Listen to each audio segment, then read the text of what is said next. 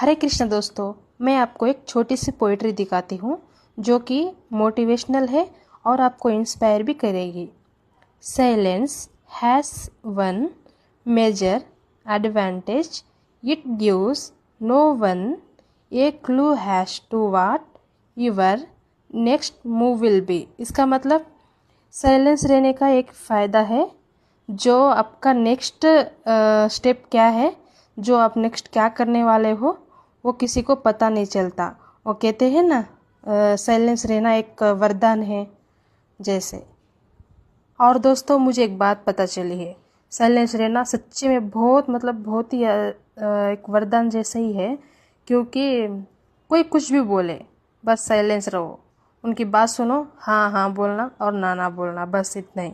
ज़्यादा बोलोगे, ज़्यादा बात करोगे और ज़्यादा बात बढ़ेगी, है क्या नहीं।